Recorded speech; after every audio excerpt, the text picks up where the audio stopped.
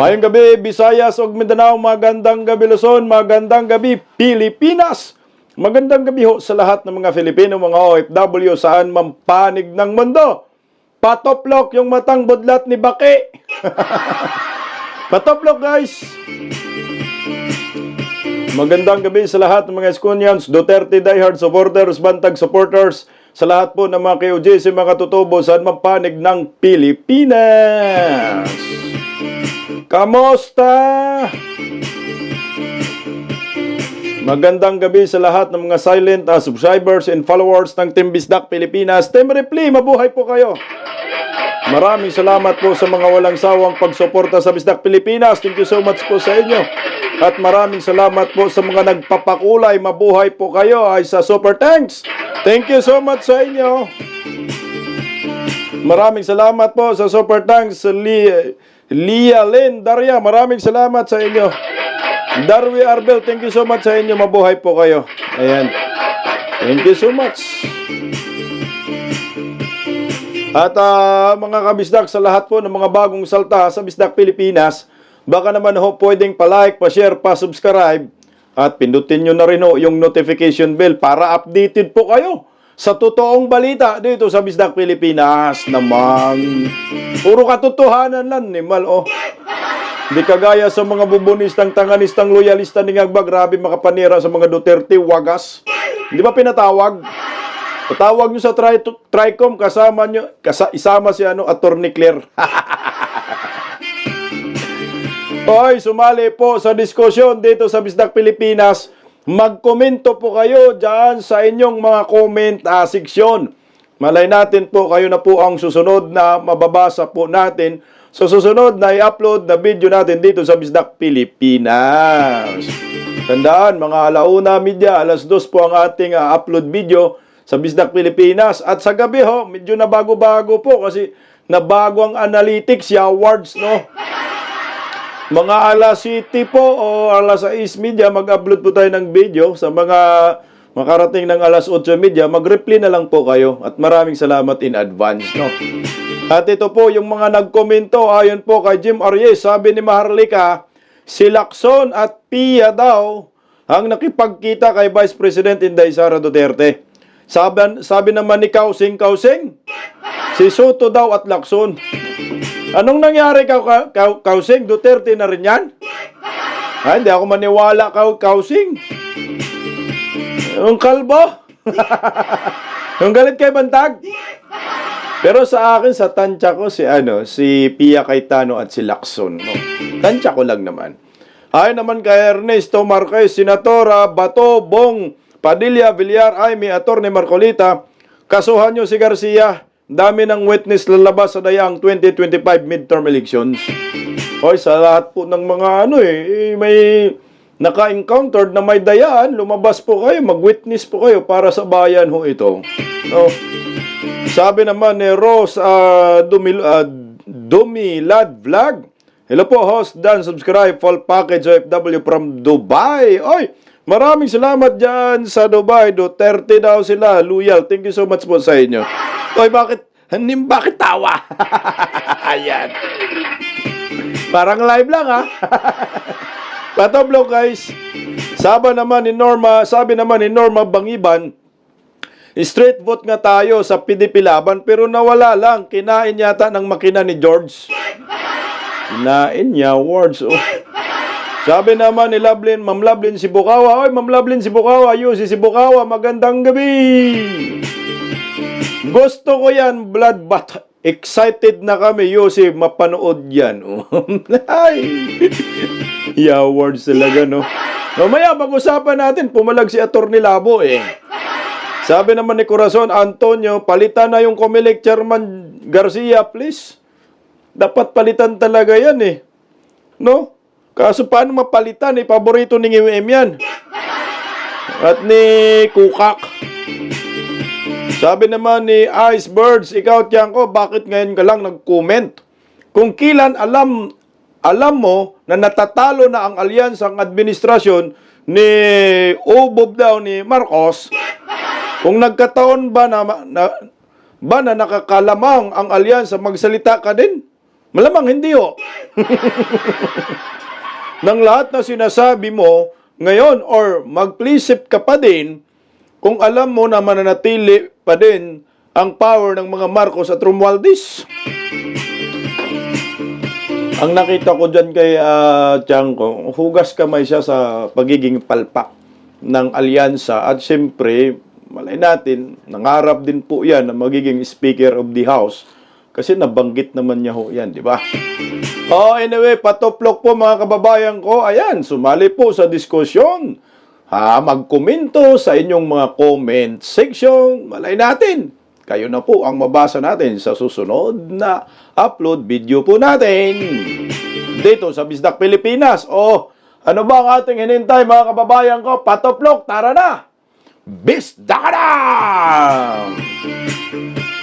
Eto na po si Auntie Claire.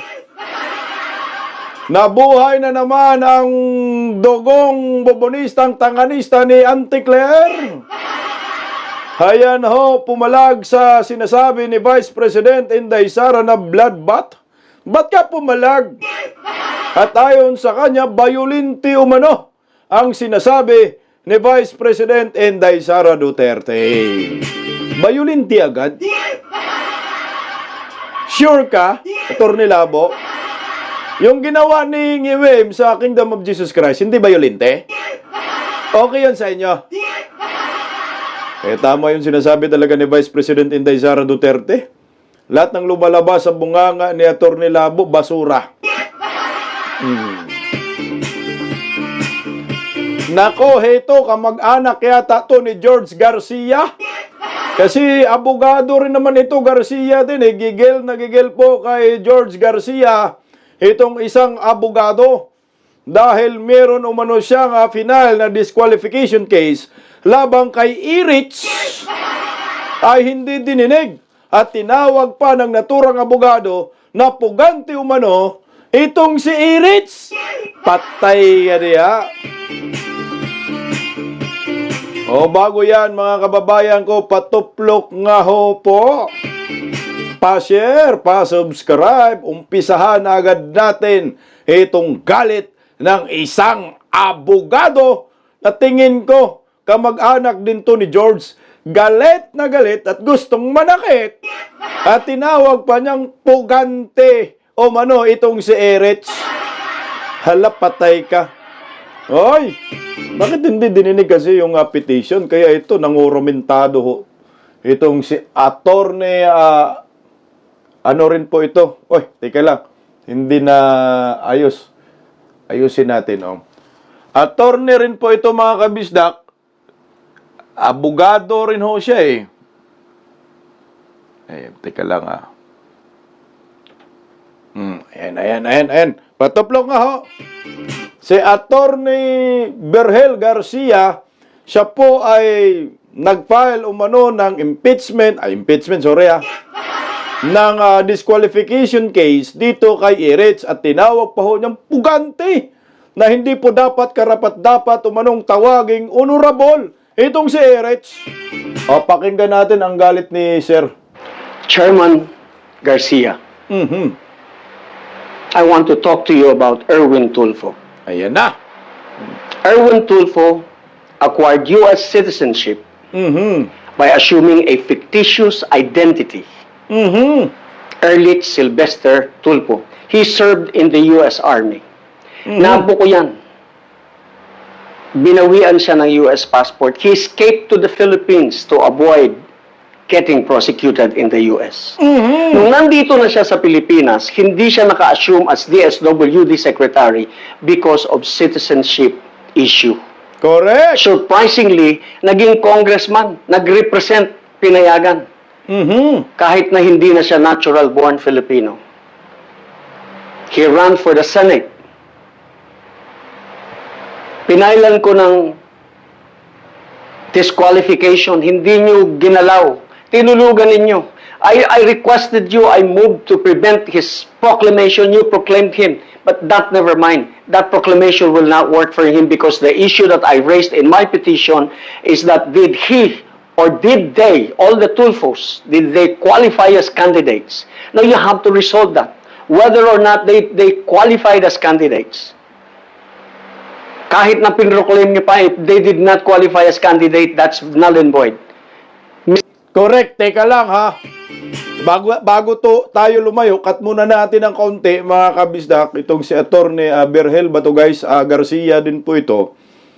Balikan lang natin yung sinabi ni Attorney.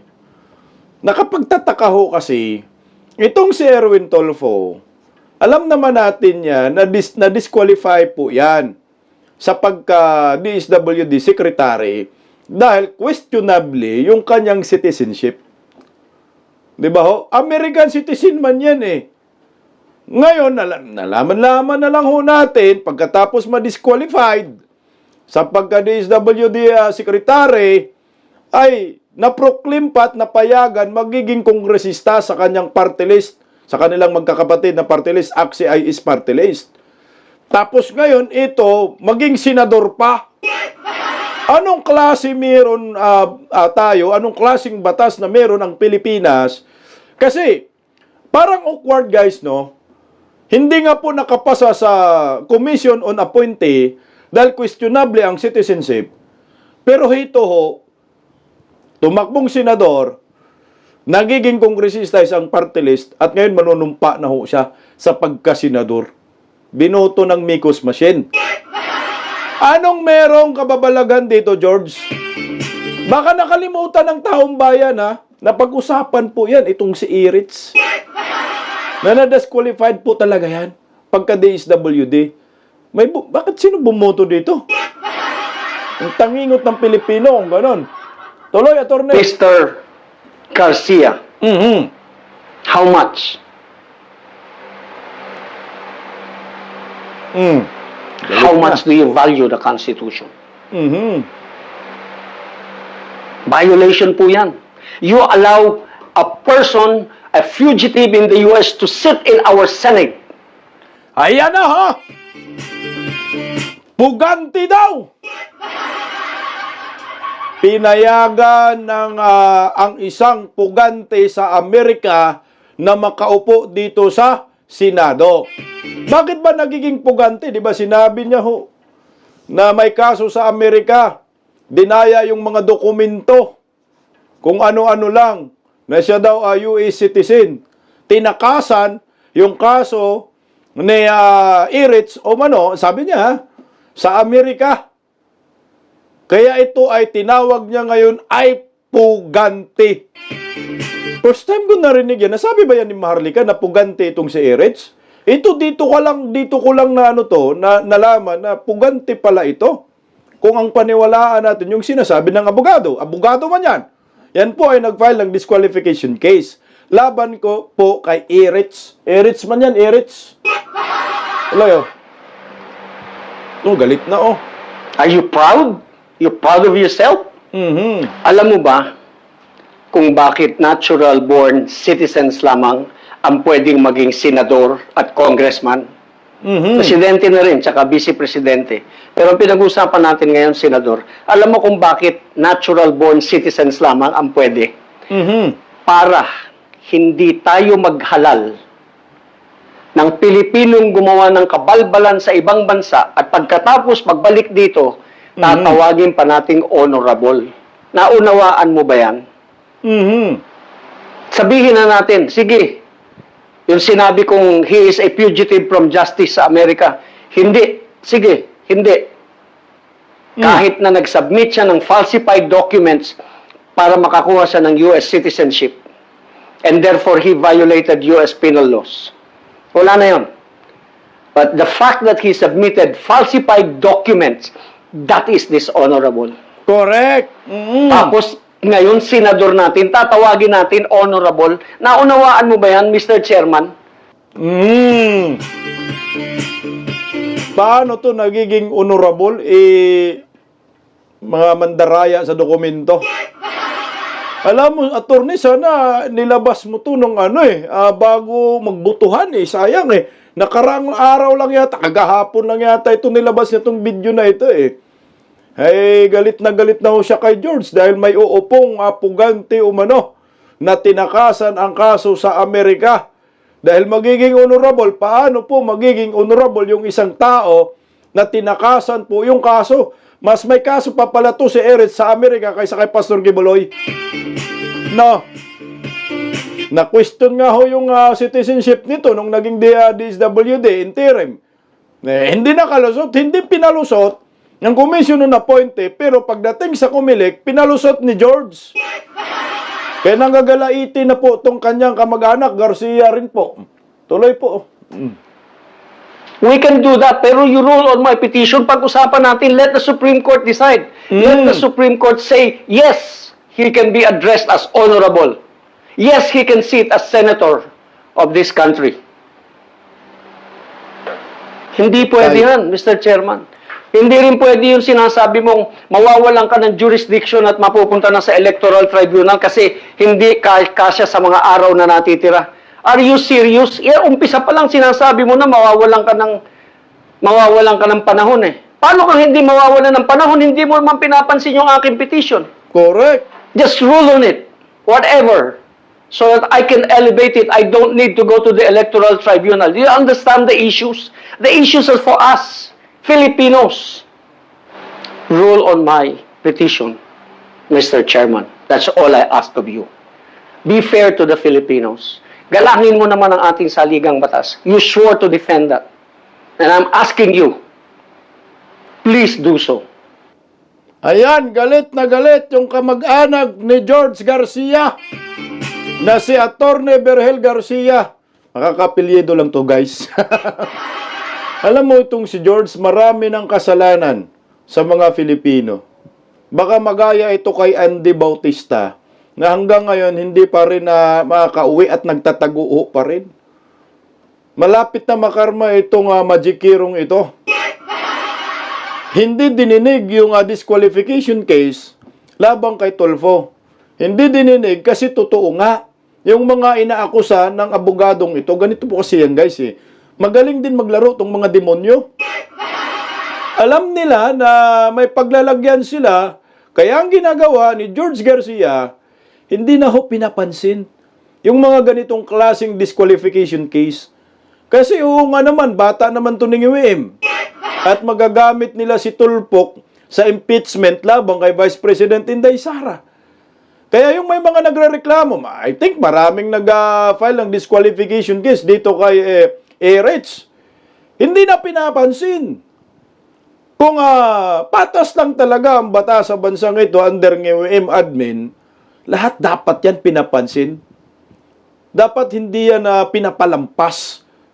Dapat tinalhakay yan at pinapadala sa Supreme Court para magkaalaman na kung ano bang klaseng pagkatao to si Eretz. Ito ba'y Amerikano? Ano ba ang kaso meron siya na tinawag na pugante? Dapat malaman ng sambayanang Pilipino ho ito, lalo na po binoto ng mga bubonistang tanganista. O baka binoto talaga to ng makina ni George. Isipin mo, opo sa pagkasenador, pero questionable yung pagkatao. Ano bang klaseng tao? Mana lang din kay Ngiwim. Ano, ngagba o sobrang ngagba? Takot magpa-Herpolical test, mana-mana talaga, oh. Karapatan natin malaman kung sino ba si Eretz talaga. Siya ba ay Pilipino? Kung siya ay Pilipino, bakit sinabihan po siyang puganti ng naturang abogadong Attorney Garcia na nag-file ng disqualification case sa kanya? Ano, bakit niya tinakasan ang kanyang mga kaso sa Amerika at naputo po yung awards at maupo pa sa pagkasenador? Parang ang labo guys, no? Silang ang ano natin dito, ginawa ho tayong mga tanga ng mga nasa gobyerno ngayon, lalo na si George Garcia. Ito lang naman ang tanong natin dyan. Papayag kaya ang mga Pilipino na para bang ang gusto nilang palabasin, wala kayong mga alam. Wala kayong alam sa batas. Ordinaryong tao lang kayo. Wala kayong karapatan magreklamo. Mag-file kayo ng disqualification case, hindi namin yan didinggin. Hindi namin yan papansinin. Basta kami, focus lang kami kung ano ang gusto ng nakakataas sa amin. ng aming puon na si Kukak. Nasaan na ba si Kukak? Nasa Amerika na naman. Yeah, word so. At Tambaluslos at Singiwim.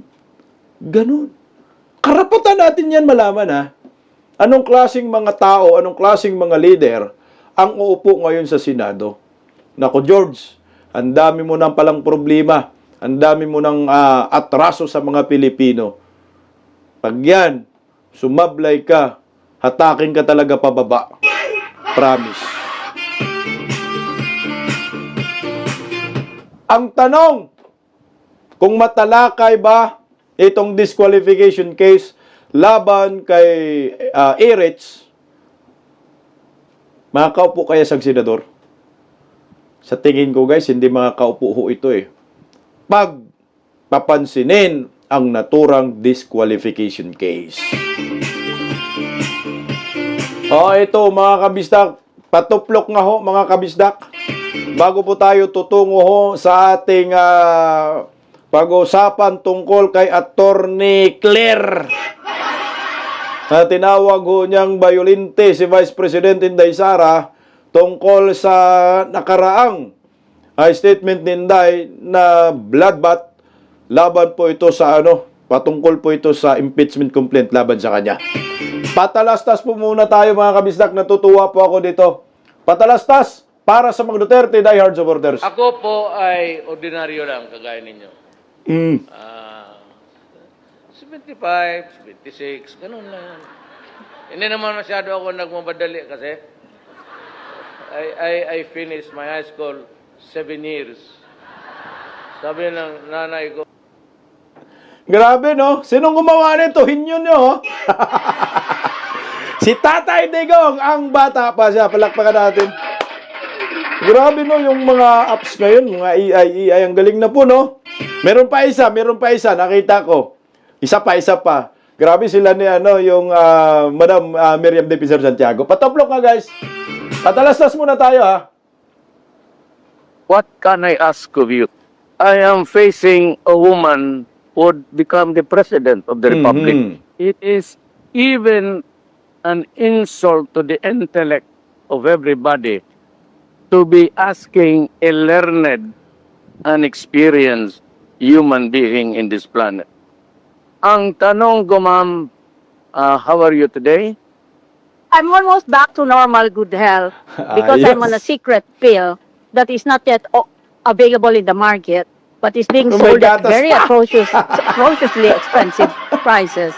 And it's a miracle worker in the sense that I'm almost normal Oh, come now. on. You will live for 1,000 years. That is, no doubt about it. I rest my case for the moderator. Grabe, palakpakan natin. Ang galing ng gumawa niya. Napakahinyo po ninyo. Ang batang paslit na si Digong. Ang batang paslit na si Miriam Defensor Santiago. Parehong hinahangaan ng maraming Pilipino. Gusto ko makita rin ng ganyan kay Ngiwem. Si Ngiwem kaya, kung meron kaya, yung Ngiwem. No? Ngiweman siya. Subukan kaya gumawa. Sino bang gumawa nito? Try nyo si Ngiwem kung mangingiwem ba siya. Animal. Iniwan pa naman yan ng mga kampi na. Ito pag-usapan po natin yung impeachment complaint, mga kababayan ko. Dahil nga, sabi ko nga ho sa inyo kaninang hapon, ito na yung isa sa pinakamainit na usapin sa isyu ng lipunan, impeachment complaint laban kay Vice President Inday Sara Duterte. Mantakin nyo po, no? I-impeach po natin yung isang makapangyarihan, pangalawa sa makapangyarihang leader sa ating bansa. Na binuto po yan ng 32 million. First time in the history, only Vice President Inday Sara Duterte ang nakakuha ng boto na umabot ng 32 million sa kasaysayan ng ating bansa. Mas mataas pang na mandato laban po kay Ngiwem. Tapos ito, yung mga buhaya sa Kongreso, sa pamumuno ni Tambaluslos, ay gusto talagang masipa si Vice President Inday Sara. Ang problema dyan, Wala naman ang numero sila. Tunaw na eh. 3 na lang yung kakampi ng UM dyan sa Senado. Lahat kay Vice President Inday Sara Duterte. Pakinggan po muna natin itong sinabi ni Atty. Labo. Ito, patablok nga guys. Yawar si Atty. Labo talaga, oh. Anti-clear! Sumakit na naman yung panga. Bumanat na naman kay Inday Sara. Garbage in, garbage out. Sige nga, ito eh. Morning, Yusek. Yusek, may we have your reaction lang dun sa naging statement ni Vice President Sara Duterte that she wants the impeachment trial to pursue because she wants to see blood back. Your comment on that? Medyo may pagkabayolente ang tugon ng ating Vice Presidente, pero we hope that it is just a figure of speech and it should not be taken literally. Kung yan naman po ang nais niya at talaga naman po magkakaroon ng balitaktakan kapag ka nagkaroon ng trial, hayaan na lang natin po itong gumulong. Violente agad! Mara, ang sama-sama naman talaga ng pagkaintindi mo sa bloodbath. Ano bang ibig sabihin nun? Talagang madugong laban ho ito, animal. Talagang labanan po ito ng utak. Paubusan ng diskarte. Dugo sa dugo. Laman sa laman. Talino sa talino. Gulangan sa gulangan. At lamang ang may alam at may diskarte dito. Sa akin, yun lang naman ang naintindihan ko dyan sa bloodbath ni Vice President Inday Sara. Violente agad. Siyempre, talagang dadaan sa matinding laban itong si Vice President Inday Sara Duterte. Pag sa atin ba, madugong laban talaga ho ito? Parang ganun. That's part of an expression. Pero animal, kung kukulayan mo naman, nasasabihin, violente, tangingot. Maka-violente naman, para bang literal na talaga na violente, Atty. Labo, no? Atty. Claire? Paano yung ginawa ng Ngagba admin sa Kingdom of Jesus Christ? Paano mo yun ma-determine? Hindi yun violente. So, okay lang yun sa inyo. Pag mga ganyang salita ng mga Duterte, violente. Pero yung sinugod ang Kingdom of Jesus Christ ng napakaraming SAF na hindi alam ang mga ginagawa sa buhay nila, na namatayan pa po ang KOJC ng 2-3 yata ho, may mga katutubo pa, at pati yung mga simbahan nila, ang simbahan po nila, katedral, ginawang kampo ng mga SAF ng UM. At inihian po yung kanilang mga bakuran, yung napakalinis nilang lugar. At tinitirgas pa nga ho si Ma'am Nuri doon, nakita pa namin sa video. At naghukay pa po kayo ng butas daan sa GMC, hinahanap ninyo ang heartbeat ni Palaka. Hindi yung violente. At nagagis pa kayo ng tear gas sa mga kawawang mga misyonaryo, hindi yun violente. Kinubkob ng mga SAP at pinagwawasak ang mga gate diyan sa Glory Mountain at kung saan-saan pa ng mga property ng KOJC. At inaresto po sila ng mga illegal, pinusasan, tinutulak, hindi yung violente. Pero ito kay Inday Sara, nagsalita ng bloodbath, violente na. Talagang madugo yung laban sa impeachment na yan dahil ang kalaban ni Vice President Inday Sara, abay mga buhaya! Mga buhaya! Yung isa dyan, si Lulong, hindi na pala Lulong Lalay, na kumakain ng ginto. Pira-pira lang. Sige nga, tuloy nga ho natin, oh. Sa point of view po ng Palace, whose blood should be spilled? Hindi po makikialam ang Pangulo patungkol sa ganyang issue. But do you agree with the statement of former Senator De Lima that this is a toxic rhetoric remarks coming from the Vice President? Hindi rin po tayo magbibigay ng anumang opinion patungkol po dyan. Nimal! Talagang literal na bloodbath yung sinasabi ng mga tungaw, ha? The awards. masyadong iba yung pagkaintindi ng mga kumag. Parang gusto talaga nilang may dumanak na mga animal dugo. Hindi ganon, madam. Parang ganito lang sa sports, 'di ba? Sa sports, pag medyo malakas ang kalaban, pag tiningnan mo mas advantage sa inyo yung mga kalaban, mga magagaling, na basketball, magtanungan man yan. Tol, kaya natin? May sasagot, putya, madugo talaga tong laban na ito. Ito, yun yung ibig sabihin yan.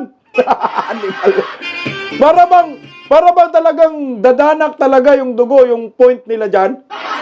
Hindi ba po pwedeng yung expression ni Vice President Inday Sara ay sa isip niya ay talagang matindi. Madugo, matindi ang laban na kanyang haharapin ngayong impeachment trial. Totoo naman talaga. Dahil pag resources ang pinag-uusapan, ilamado si Tambaloslos at Singiwim dito. Di ba ho? Kung pagsasampalin yung mga senador diyan sa Senado ng bilyones na pera ng kaban ng bayan, pera natin, talagang madugo ho.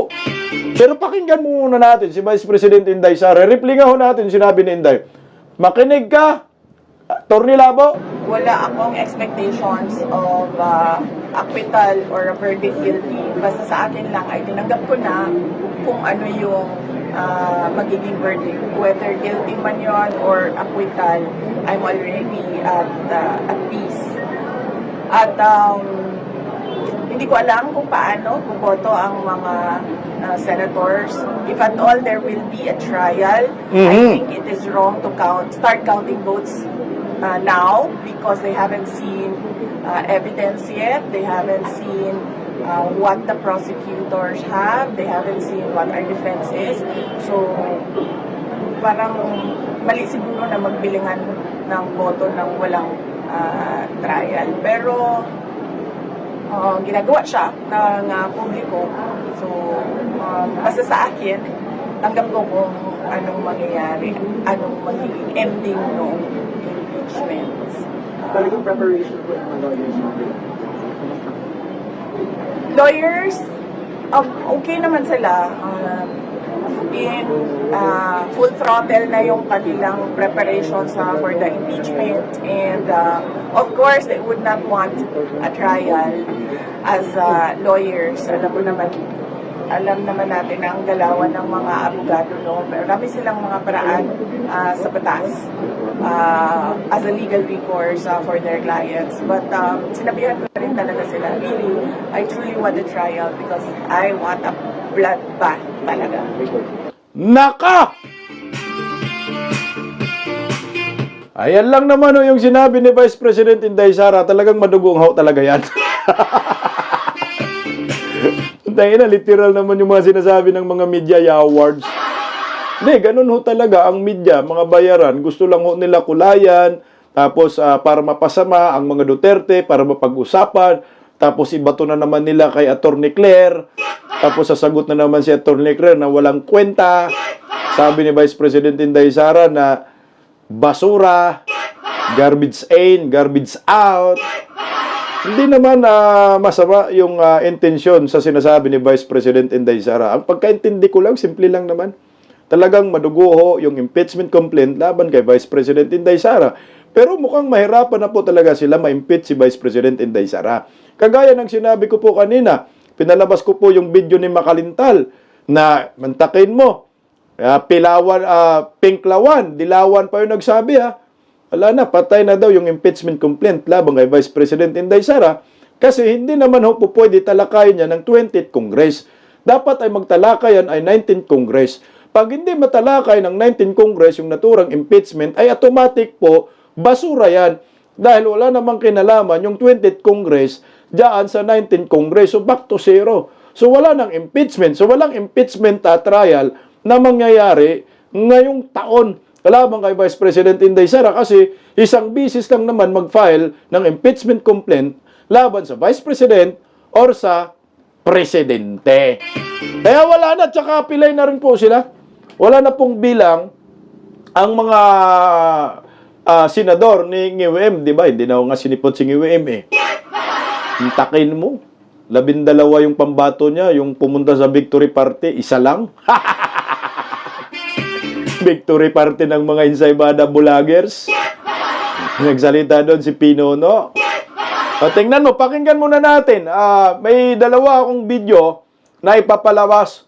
Ito ay senador ng Alyansa Diretso Cubita. Pakinggan po natin yung statement nila.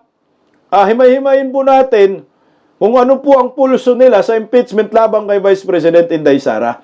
Unahin na natin si Tolpok, si Eretz. Ayan sabi ni Eretz, pakinggan niyo po.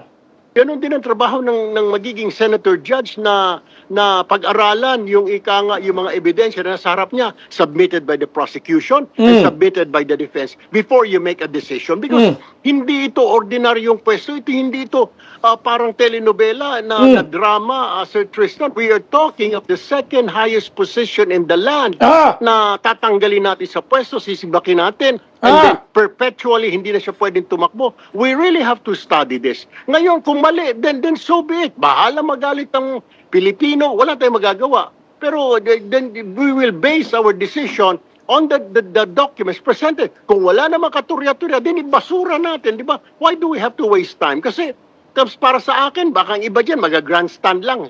Salita ng salita, kung wala namang katuturan, di ba? Gaya We sa'yo. have to be objective kasi hindi ito basta-basta. Yung mata, yung taong bayan will be watching. So we have to be careful, all of us senator judges, Sir Tristan. Okay, last question. Lolo! Pumirma to sa impeachment ba? Pumirma ba siya? Ay, hindi ata to pumirma sa impeachment si Eretz. Pero hindi pa ako naniniwala sa'yo, Eretz, na magbabase ka sa ebidensya. Mas naniniwala ako sa'yo magbabase sa kwarta. Sus! Kung alam pa naman namin na ikaw ay tuta ka ni Ngiwem. Simula noon hanggang ngayon, tuta pa rin. Sunod-sunuran ka kay Ngiwem. Anong gusto ni Ngiwem? Wala. Yung nangyayari kay Corona, hindi naman nakabase sa ebidensya. No? Ako sa statement ni Tolpo, duda ho ako dyan. Talagang gusto niyang ma-impeach si Vice President Inday Sara. Hindi naman nakabase pag impeachment, that's a political kumbaga issue. Talagang kagagawan po yan ng politika. Hindi po yan sabi na magbabase sa ebidensya. Kaya nga sabi ni Inday Sara, bloodbath po ito. I truly want, no? Kasi nga, alam mo ni Inday Sara na numero ang labanan. Ang problema dyan, wala na nga silang numero. Siguro, yung statement dito ni Tolfo, alam niya, walang kahinatnan yung impeachment dahil nga, pilay sila sa numbers. Ilan lang naman sila na gusto ng impeachment? Si Soto, siya. Yan, gusto nila ng impeachment yan. Yung mga tatlo na lang para sa akin. Pero yung bilang ho talaga kasi kailangan nila ng 16 eh. Malabo na ho yan mangyari at di na nga matutuloy yung impeachment. O meron pa isa. Pakinggan po natin yung isang senador na sa tingin ko ito po yung kumausap kay Vice President Inday Sara ng 1 oras di umano. Pakinggan mo natin ito, isa pa. Mas mukhang sincero ho ito. Ito. Yung evidence, yung flow ng evidence na titignan. I would advise the prosecution team of the House to really present credible evidence kasi they will have to convince at least 16 senators to render their verdict of conviction. Kasi kung kulang ebidensya, wala talaga eh. Kasi will be answerable to the Filipino people. Paano ka to-convict wala namang ebidensya? Correct. O napakawig ng ebidensya. Ngayon, paano ka mag-acquit kung napakatibay naman ng ebidensya? So dapat evidence-based, lagi nakabase sa ebidensya yung pipresenta ng prosecution team. Mas mukhang kumbinsido pa ako dito kay Lacson na ayaw niyang ma-impeach si Vice President Inday Sara Duterte.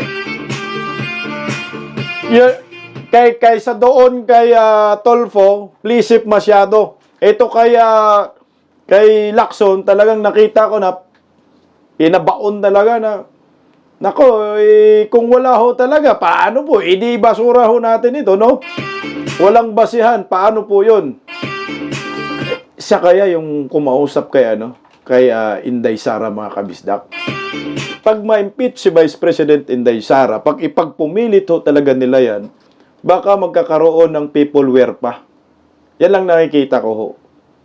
Lalo na ho ngayon, alam ko naman ho, yung mga uniform personnel, yung mga general lang naman yan, yung mga uplok na yan, yung mga official lang naman yan, yung gusto sa ginagawa ni Tambaluslos at ni NGWM.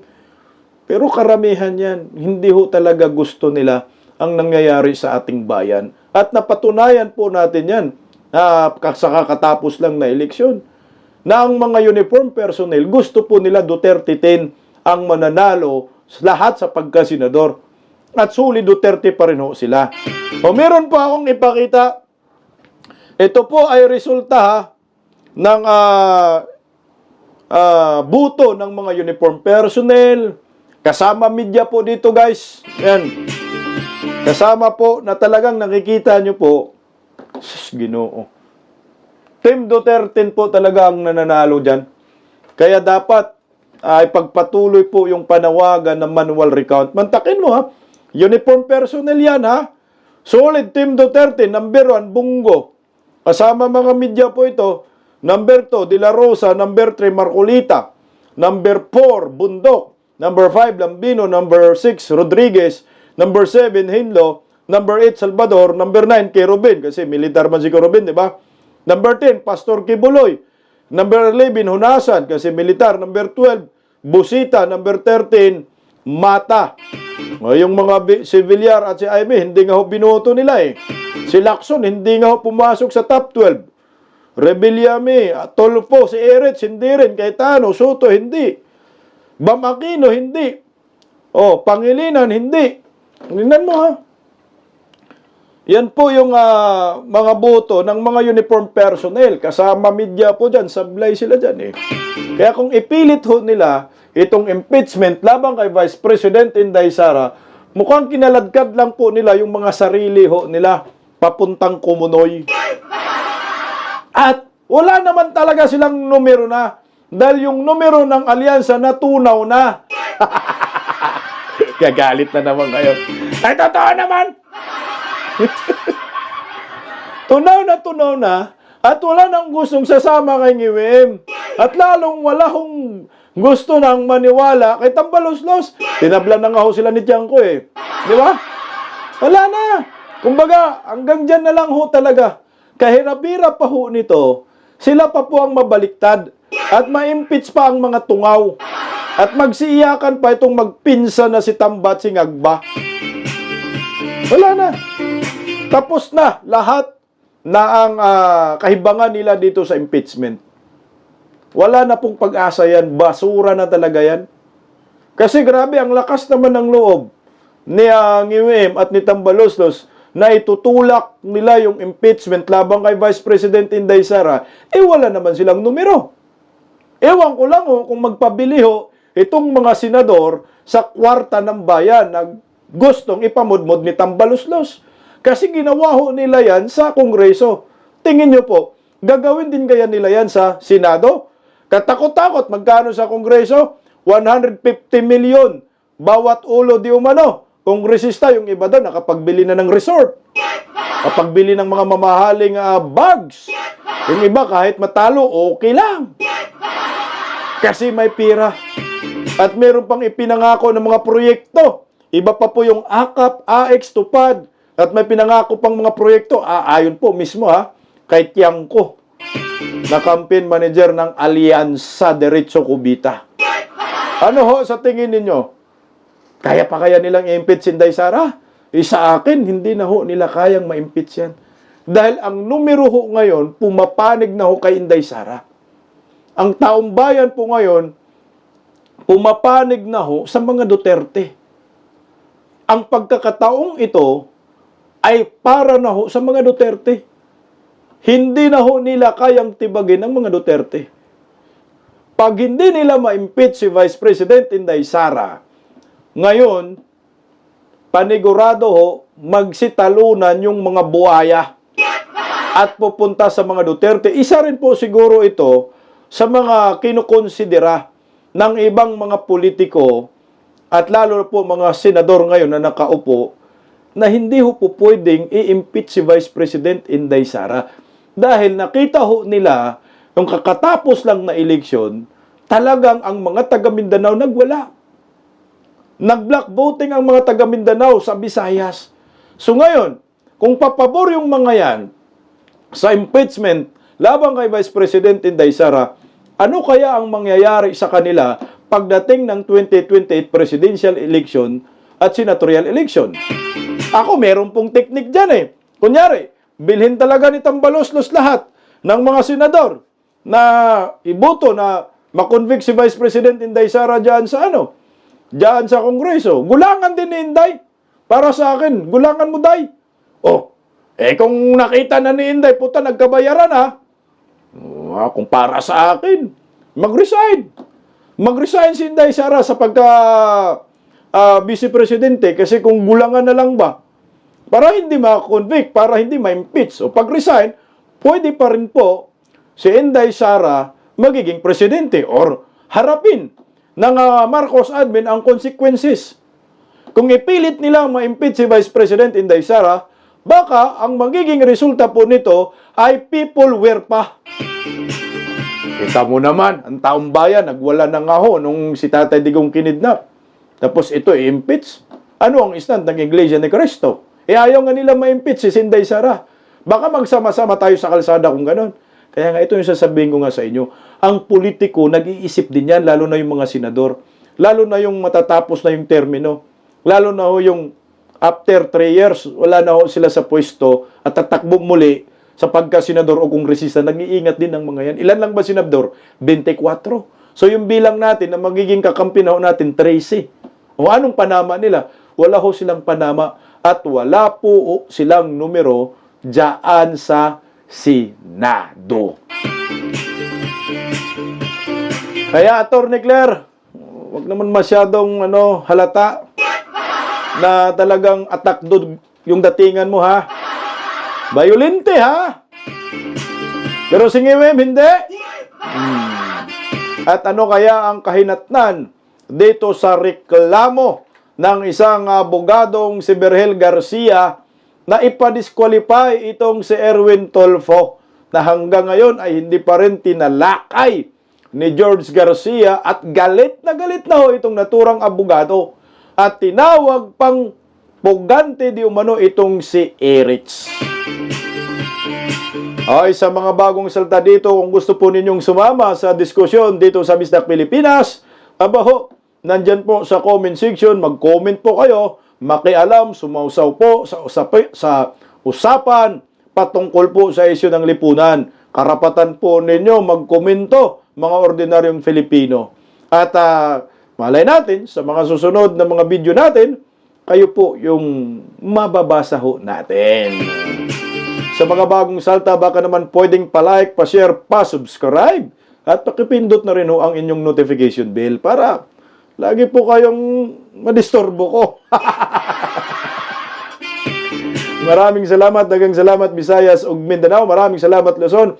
Maraming salamat Pilipinas. At maraming salamat po sa lahat ng mga silent subscribers and followers ng Team Bisdak Pilipinas. Sa mga nagpa-super thanks, maraming salamat po sa inyo.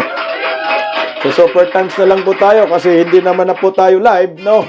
Upload video lang. Kaya tsagain po natin yung upload video natin dito sa Bisdak Pilipinas. Kasi nga, pag naglag-live tayo, nagugurgor ni Baki. Kaya naisip ko po, mag-video na lang, i-upload ko na lang. Ganon din naman, parang live pa rin. Tawanan rin naman kayo kahit hindi live, di ba? Ako nga, parang baliw din, oh. Nagsasalita mag-isa, iniisip ko lang na nandyan kayo sa harapan ko. Kaya parang live pa rin. Anyway, maraming salamat sa inyong suporta. Mabuhay po kayo. At sana ay tuloy-tuloy po ang ating pagsuporta sa Bisdak Pilipinas. Kasi nga, nagugurgur tayo sa live. Mukhang ito po yung naisip kong paraan na hindi mabura ang ating channel. Nasasaktan sila sa live ni Mal, eh. At nire-report tayo. Pero dito, hindi po nare-report. Kaya mabuhay po tayo mga Pilipino. See you po muli bukas, 1:30, 2:00. Abangan po yung next video natin dito sa Bisdak Pilipinas. Magandang gabi at matulog po tayong nakangiti. Bisdak Pilipinas! God first. Maraming salamat. Mabuhay po tayong mga Pilipino.